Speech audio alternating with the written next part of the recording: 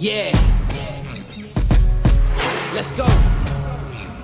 We just gotta go hard. I go the hardest. I bring the pain. Not what you used to. It's all part of the game. Yeah. I just gotta go hard. I just gotta go hard.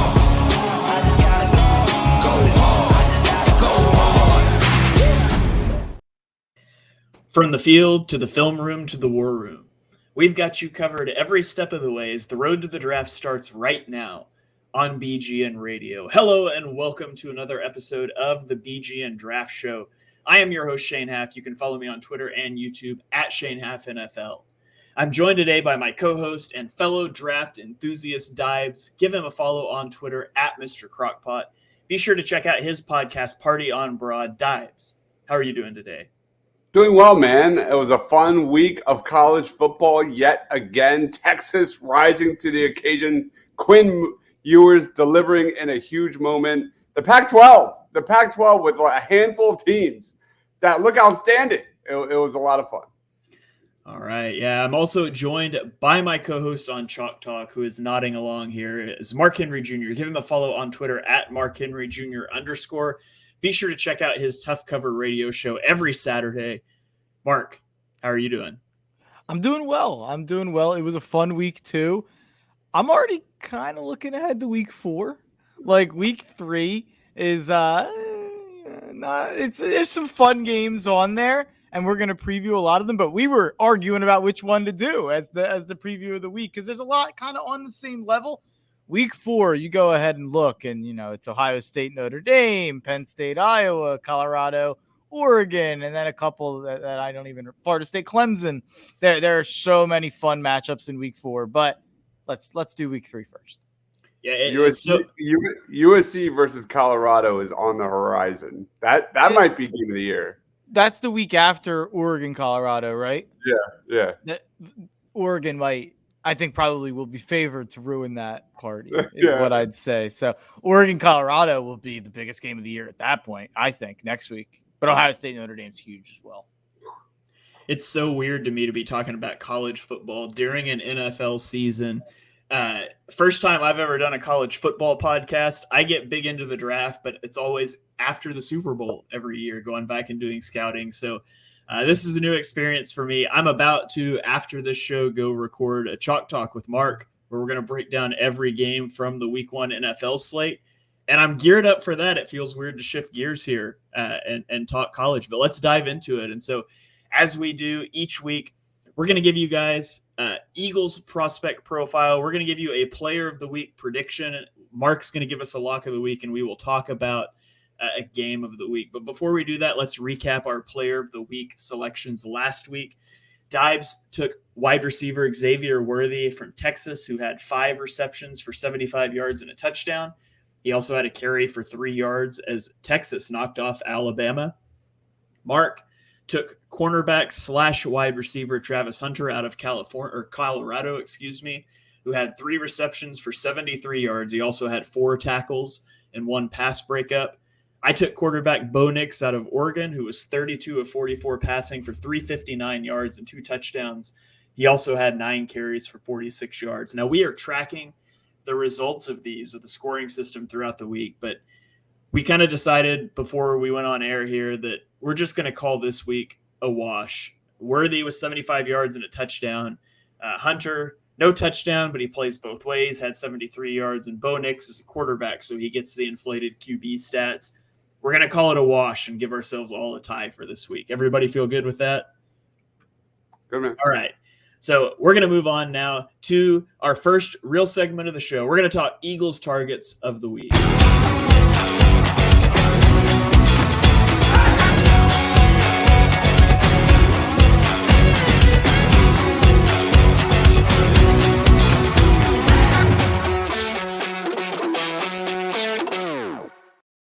All right, top Eagles targets of the week. Some guys that you can keep an eye on if you're watching college football this weekend. Deibs, why don't you lead us off? Who's the future Eagle you're keeping an eye on this week? Yeah, when I did my preseason safety rankings, admittedly, this guy wasn't on that ranking. I'm going with Tyler Nubin, a safety prospect out of Minnesota that has been flat out dominant so far in 2023. He was a former high school wide receiver, cornerback, and my God, does it show on tape. Super athlete, extremely fluid in his movements. Pedal range. He's a center fielder back there. He didn't move to full-time safety until his second year at Minnesota. But this is a guy that has some of the best ability to anticipate and read a quarterback in the entire class. The safety class in 2024 is low-key underrated. Like James Williams, Cameron Kinchins, it goes on.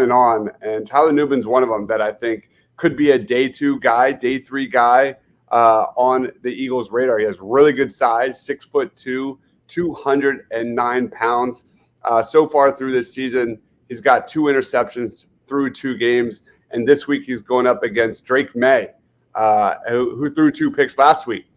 So Tyler Nubin is definitely a guy to watch out for and could potentially spoil that magical UNC run in 2023. Every time I see or hear Minnesota, I always go back to, and this goes way back, but there used to be a YouTuber named Mr. Hurricane that did NCAA football dynasties.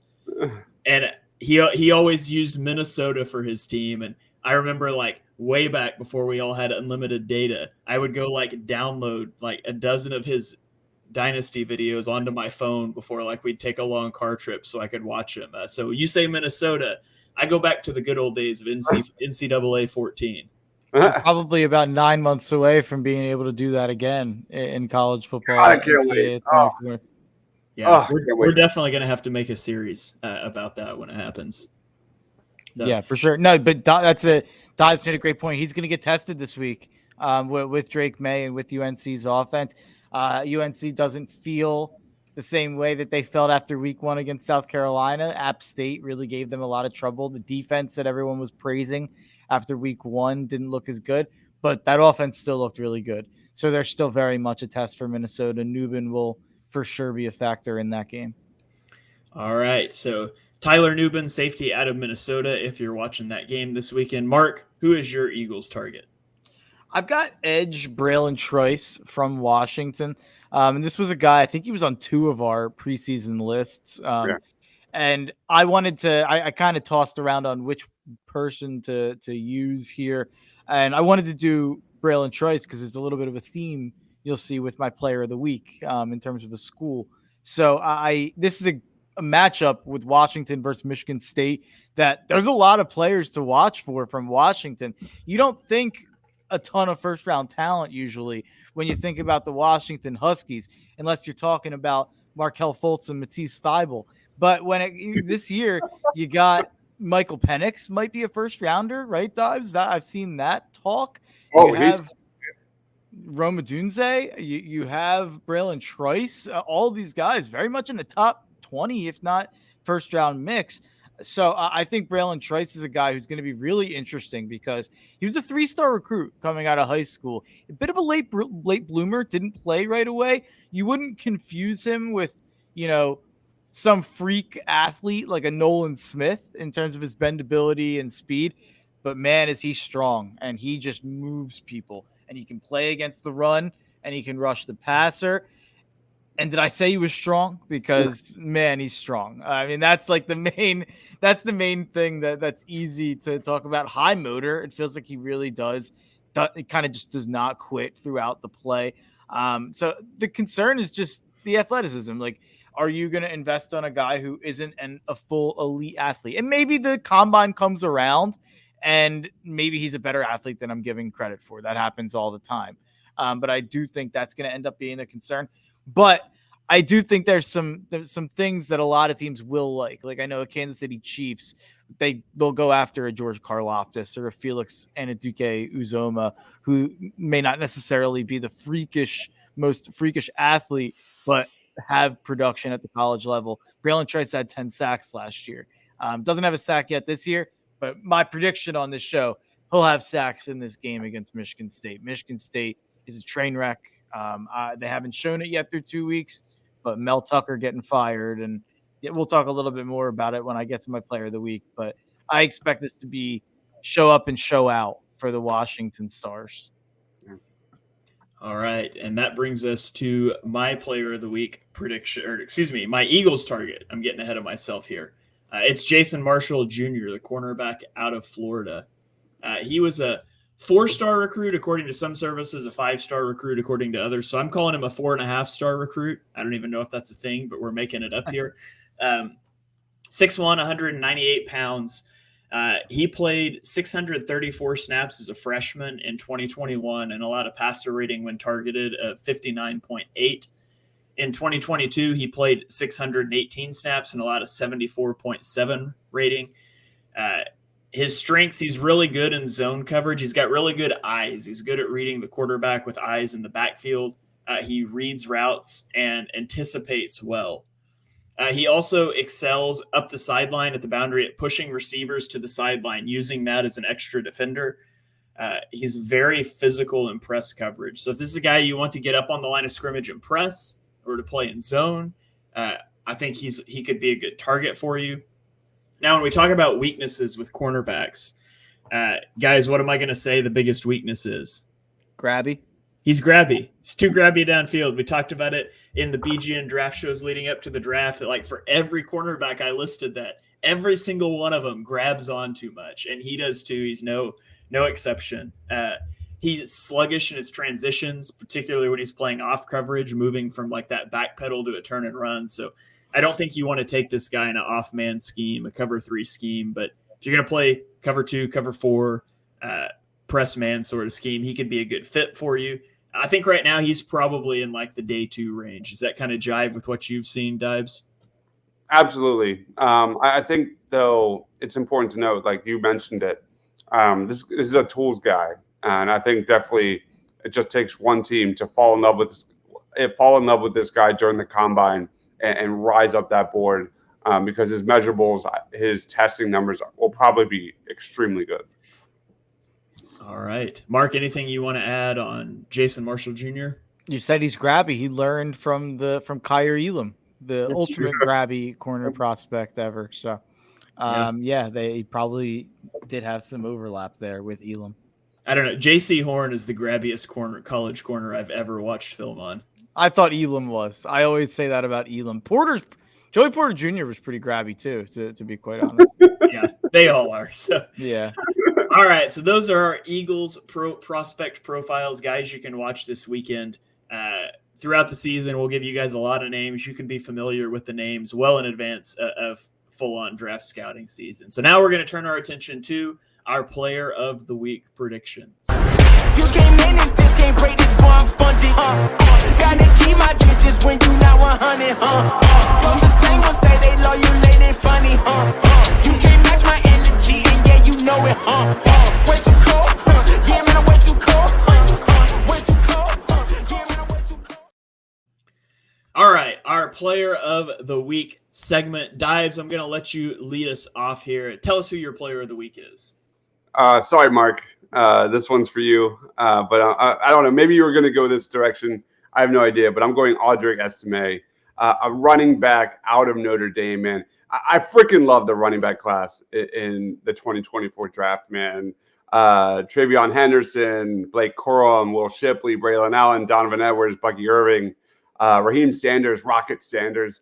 There's another guy that is like climbing up the draft boards, and it is Audric Estime, 5'11", 225 pounds, just a bowling ball. It has the frame, the mass, the leg turn to really be a chain mover at the NFL level. He's been just absolutely dominant so far in 2023. I think he's got day 2 potential, but just an elite physical presence in the backfield, man. You look at this guy, he's only 20 years old. Through 3 games, Estime is averaging a ridiculous 8 yards per carry with 4 touchdowns and nearly 400 yards.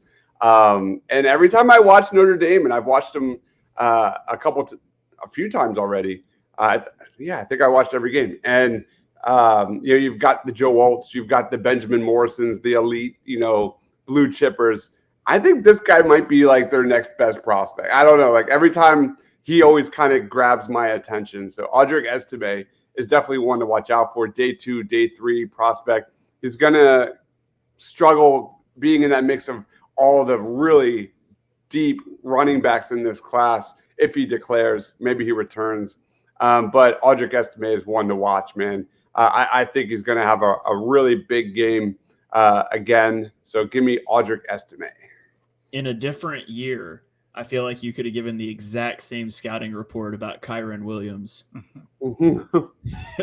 That's who's on my mind, who, by the way, had a good game on Sunday. But Mark and I will talk about that here in a few minutes on a different show. But Kyron's a little tinier. Like Kyron was like 5'8" if I'm not mistaken, probably more in like the 185 range. Like Estime will run you over.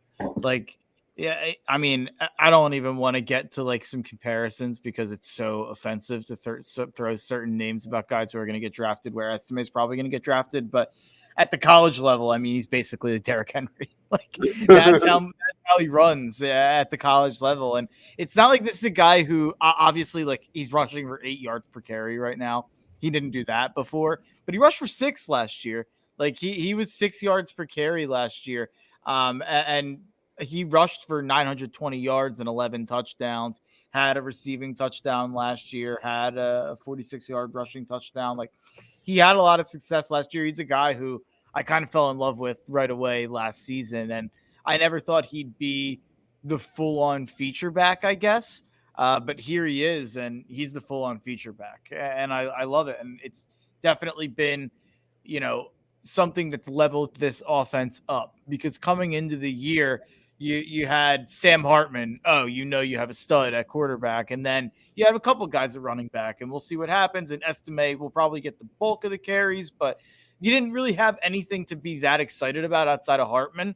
And now Estime looks like he's probably more exciting on a week-to-week basis than Hartman is. And I think he's an underrated pass protector too, which like Nick Sirianni, I'm sure would love. So, yeah. He's big enough to handle himself. Yeah. All right. Well, Mark, that brings you up. Tell me who your player of the week is. And before you do, let me remind you, I said player of the week, not game of the week. So there. But tell me who your player of the week is. I'm biased to juniors as Mark Henry Jr. I'm biased to juniors everywhere. So I'll go to Michael Penix Jr. from Washington. The transfer portal and the era of NIL has changed a lot of things about college football. And, it's caused a lot of funny scenarios like guys playing for a million years. And it's also caused a lot of bad scenarios like guys kind of bouncing around and never finding a home. And there's a lot of crotchety old men who would argue that it's the worst thing to happen to college football. And it's hurt a lot of young men. And they would go on and on about it. If you wanted to show like a shining example of here's how the transfer portal can work for someone, it's Michael Penix Jr. He was at Indiana and he had some notoriety at Indiana. He had an 8-5 season in 2019. And then in 2020, Indiana had their most successful season in a long time. They beat Penn State. They might have beat Michigan that year. They had a great year in 2020. They went 6-2. It was a shortened year, but they got to a very good bowl game for Indiana. And then he stunk in 2021. And people kind of threw Michael Penix in the trash. Like Indiana in 2021 went 2-10. A year after going 6-2, he got benched halfway through the year for someone who stinks anyway. And he transferred to Washington in 2022, and no one talked about it. There's always these big transfer portal names, like we just mentioned, Sam Hartman to Notre Dame, and there's always big moving names the last couple of years. When Michael Penix transferred to Washington, no one cared, no one uttered a word, and all he did was have similar numbers to Caleb Williams last year, where he had 65 percentage in terms of completion percentage, 4,700 passing yards, over 8.5 yards per attempt, 31 touchdowns, 8 interceptions, made it happen on the ground a little bit. He has definitely the athleticism to move around in the pocket. But this is his 6th year, and he's putting up even better numbers now. Obviously, it being his 6th year is a negative when it comes to the NFL. But how high did Hendon Hooker go? He ended up going in the 2nd round, right? Was he second? Yeah, I think he was. I think it was 2nd round. Yeah, I thought it was the 2nd round. It might have been 3rd. It might have been the 3rd. But Penix is putting up better numbers over a longer period of time than Hooker did, because Hooker only really had the 1 year. And I don't think Penix, I know he has a Dunze, but he doesn't have 2 elite targets in the way that Hendon Hooker did. He's got a little bit more athleticism than Hooker did. So I think Penix is a really interesting prospect at the next level. But when it comes to this week, he is going to ball out against Michigan State and their bad defense. Mel Tucker, their head coach, just got fired for, I won't get too far into it, but some pretty horrible allegations against Mel Tucker. He seems like a creep. And Michigan State's reeling as a program. I mean, there's a lot of guys who committed because of him, and he's gone now. And we've seen this time and time again, that these teams collapse when this happens, this type of thing. We've seen it with Northwestern already this year, coming off the Pat Fitzgerald allegations. So I expect Washington to hang a big number. I mean, I believe the spread opened at Washington minus 13.5. I think it's all the way up to 17 now, and I expect it to keep rising. I don't know where the Spartan money is going to come from. I'll still be on Washington because I think you look at the first round talent that Washington has. I was low on Michigan State coming into the year with Mel Tucker, and I think all this adversity is another reason to be lower. Like, I liked Washington at 13.5, and a couple of points don't sway me with everything that's going on in terms of Michigan State. So Michael Penix, that's not my lock of the week, but my player of the week. I expect Michael Penix to be 350 plus yards in this game. All right. Just fact checking here. Hendon Hooker was the 68th overall pick. So he was at the very top of the 3rd round. Mm-hmm. Yeah. Can I just add that the QB3 race in this draft is super fun this year? Like, there's obviously Caleb and Drake, but like that next tier, you've got Shedeur Sanders and Michael Penix Jr. and Bo Nix and Quinn Ewers. Like, they're all kind of there right now. I have Shedeur Sanders and Michael Penix Jr. as like the top, right on that, just barely at the top of that. But I love Michael Penix Jr., man. That ball explodes out of his hand. It's great downfield accuracy. I love that guy. I love that guy. Yeah, and anyone who wants to throw JJ McCarthy in that conversation can buzz off. That's my thing. All right. Well, speaking of QBs, I'm going to go to Colorado for my player of the game or player of the week prediction. It is Shedeur Sanders, who, everybody knows who this guy is. He began his career at Jackson State playing for his dad, right? He transferred to Colorado this year. Last year, he threw for 3,700 yards, 40 touchdowns against only 6 interceptions with a 70% completion rate. This year, through 2 games against TCU and Nebraska, he has averaged 451 yards and 3 touchdowns per game. He has not thrown an interception, and he's completed 77.5% of his passes.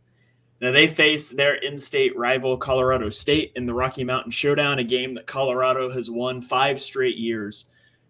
Colorado State is 0-1 this season. They are reeling from a loss to Washington State, 50-24, where they gave up 466 yards through the air and 3 touchdowns.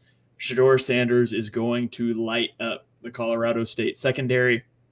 That's why he is my player of the week prediction. He's the story of the show. I mean, of the first 3 weeks, Shedeur Sanders has been everything and more. He's been incredible. Everybody knows how great of an athlete he is, but I didn't know great of a pocket passer he is. His ability to look, his poise, his comfortability, his ability to make throws on the move, facing pressure, like he does it all. He can beat a defense on all three levels. And he's stepped up again and again and again for the Buffaloes, man. He like we said on multiple times on these shows, like it's pretty wild that, Colorado is now must-see TV every week. I will be watching every single time Colorado is on the television. So that's Shedeur is all because of that. So this guy's incredible. Again, I have him and Penix as my QB3, and he's a fascinating prospect. All right. So, all right, we're going to go to our next little segment of the show. It is time for Mark's Lock of the Week. So, Mark, from a gambling perspective, who do you like this weekend? Give us your Lock of the Week. I did already mention the one that I like there with Washington. And I also mentioned UNC, which I also like a little bit against Minnesota. But my favorite bet of the week, as of right now, it could change. Lines move. But I'm looking at Tennessee -6.5 at Florida. And I just don't think Florida's very good.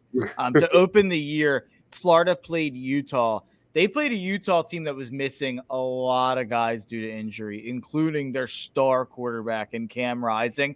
And they showed up and they laid an egg against a lot of backups and a backup quarterback in Utah with Bryson Barnes, who did not play all that well. Like, Utah gave Florida a ton of chances at least to hang in the game. And they didn't do that. I think it was 24-11 the final score. And Utah just controlled the whole game. Utah the next week went on to lose to Baylor, who lost the previous week as a 30-point favorite to Texas State. It's not, you can't always do the common opponent game, and this team lost to this team, and they lost to this team, so that means they stink. But I think in this case, I think it means Florida stinks. So it's risky to do. I always say on my radio show, I like to bet on teams, not bet against teams. Well, I'm going against that. I'm betting against Florida more than I'm betting on Tennessee here. Hopefully, I have faith in Josh. And honestly, what it comes down to, I think Billy Napier is an absolute bozo and a fraud, the Florida head coach. And I think Josh Heupel is a really smart offensive mind. I think when it comes down to the coaching matchup, I think Tennessee just has such an insane advantage over Florida. So I think that'll rear its ugly head this weekend. So I'll ride with Peyton Manning, Josh Heupel, and the Tennessee Volunteers. To be fair, Utah beat Baylor. And they did end up beating them. Okay, it was a close game. They came back. Yes, it was a very close game, but Cole Bishop had the interception that led to the game-winning touchdown. You're right. Thank you for correcting me on that. Yeah, that's a bad job by me. All right. Let's bring it home with our game of the week breakdown. Our game of the week this week is number 7 Penn State at Illinois. It is at noon on Saturday. Deibs, my in-laws are planning a cookout for lunch on Saturday. They've got the pool open for the kids. Tell me why I should skip barbecue in the pool to watch this football game. I think Penn State's one of the most fascinating defensive teams in college football. Talking about their offense, they've had a pair of blowout wins against West Virginia and Delaware. But this offense, man, is led by Drew Aller, a young sophomore quarterback with a 78% completion percentage, which ranks 6th best in the nation. His passing efficiency is 16th best. His pass attempt, yards per pass attempt is 21st best. We already know this guy is an elite arm talent, but I've been so impressed by Drew Aller and his poise and his decision making inside that pocket. And that's the quarterback. Then you get to the running backs, and they are as elite as it gets. Nicholas Singleton, Katron Allen are just a force to be reckoned with, man. The two are averaging over 135 yards combined per game. They already have 5 touchdowns. Add that to the fact that Illinois ranks last in the league in defending the run early on. They give up over 224 yards on the ground per game. So expect Singleton and Allen to be dominant again on Saturday. A lot of people consider Nicholas Singleton to be one of the best non-eligible running backs in the country. This was a guy who's a pure home run threat. He had 9 runs of 30 yards or more in 2022. And that's just the offense.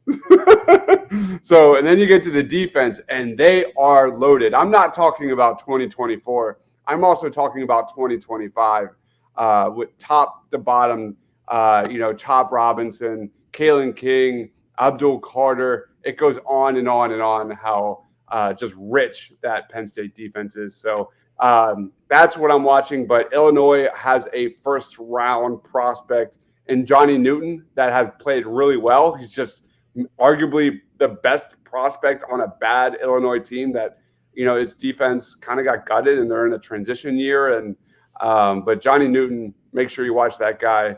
He's got his hands full with that rushing attack of Katron Allen and Nicholas Singleton. All right, so I'm not sure you swayed me to skip barbecue.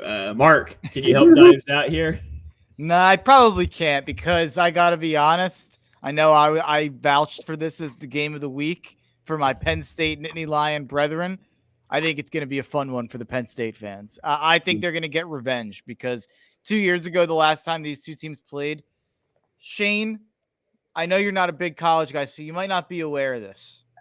These two teams played a 9 overtime game the last time they played. I think I remember that, to be honest. And it wasn't 9 overtimes because it was back and forth and they kept scoring. Horrible. They couldn't get a 2-point conversion when it became a 2-point conversion off. They went like 6 in a row at one point where neither of them converted a 2-point conversion. By the way, can I just say the 2-point conversion shootout is the stupidest addition to college sports ever. So dumb. Very dumb. So yeah, I think Penn State has and by the way, the finish of that 9 overtime game, 20-18. Didn't hit the over. It's legendary. But yeah, I like Penn State in this game. I think the line's somewhere around 14. I take that Penn State minus 14. I'll probably end up on the first half minus 7 or 8 as well. Illinois just lost so much talent in the draft this year. And when you're Illinois, you're not Penn State. You're not Michigan. You're not Ohio State. You're not able to replace that talent so easily. When you lose Chase Brown, you lose Sidney Brown, you lose Jatavis Martin, and obviously you lose Devin Witherspoon. Like all three of those guys got drafted relatively high at their positions in the NFL draft. That's a lot of guys for Illinois to lose in 1 year, and that showed last week against Kansas. They ended up losing 34-23. They were down 34-7 in that game. Like they got blown out by Kansas. I'm really high on Kansas. I had a big bet on Kansas in that game. Penn State is a whole lot better than Kansas. So I just don't think this is going to go well for Illinois. Yeah, it's a little hard to pick a game of the week when there is not a single top 25 matchup. So as much as, we had Florida State LSU 2 weeks ago and we had Texas Alabama last week, there's just not a top tier game. There are a lot of interesting games, though, that you guys can take a look at this weekend. And if nothing else, be sure you check out Minnesota, Washington, and Florida for our Eagles prospects that we profiled. And it was safety Tyler Nubin from Minnesota, edge Braylon Trice from Washington, and cornerback Jason Marshall Jr. from Florida. Guys, before we get out of here, do you have any final thoughts? Any other college football takes you need to fire off? Notre Dame should not be ranked behind Washington. There's no argument for it. But death to the AP top 25. It's meaningless. Stop writing it. Stop making it. The Associated Press, what are we, the 1800s? We need the Associated Press now? Like, get out of my face with your stupid, meaningless top 25. That means absolutely nothing, determines nothing. And the college football playoff has shown that it's always a much different rankings when those start in week 7 or 8. I forget when it is, but they're never close to the AP top 25. And then all the AP voters are like, oh, I guess we'll vote it the same way as the college football playoff. Like, it's just like, get out of my face. I'll shout out South Carolina at Georgia. They've got a couple of interesting matchups to watch. Quarterback Spencer Rattler versus edge Michael Williams. He's not draft eligible, but he'll probably be a first rounder in 2025. That's a big one. And then another really fun matchup in Juice Wells Jr., a wide receiver for South Carolina that's very talented, contested catch guy, up against Kamari Lassiter, who's really coming on strong for the Georgia Bulldogs. Very good defensive back. All right. Well, that is going to wrap it up for this week, the Week 3 preview edition of the BGN Draft Show. Thank you guys for joining us for this episode. If you enjoyed the show, be sure to hit that subscribe button so you get all the shows on the BGN radio feed. You can check out the Bleeding Green Nation YouTube feed if you want to see our faces and all our pretty graphics. Those are up on their YouTube page. You can check us out on Twitter. I'm at Shane Haff NFL. Dives is at Mr. Crockpot. Mark is at Mark Henry Jr. We will catch you guys next week for another edition of the BGN Draft Show. Yeah. Let's go. We just gotta go hard. the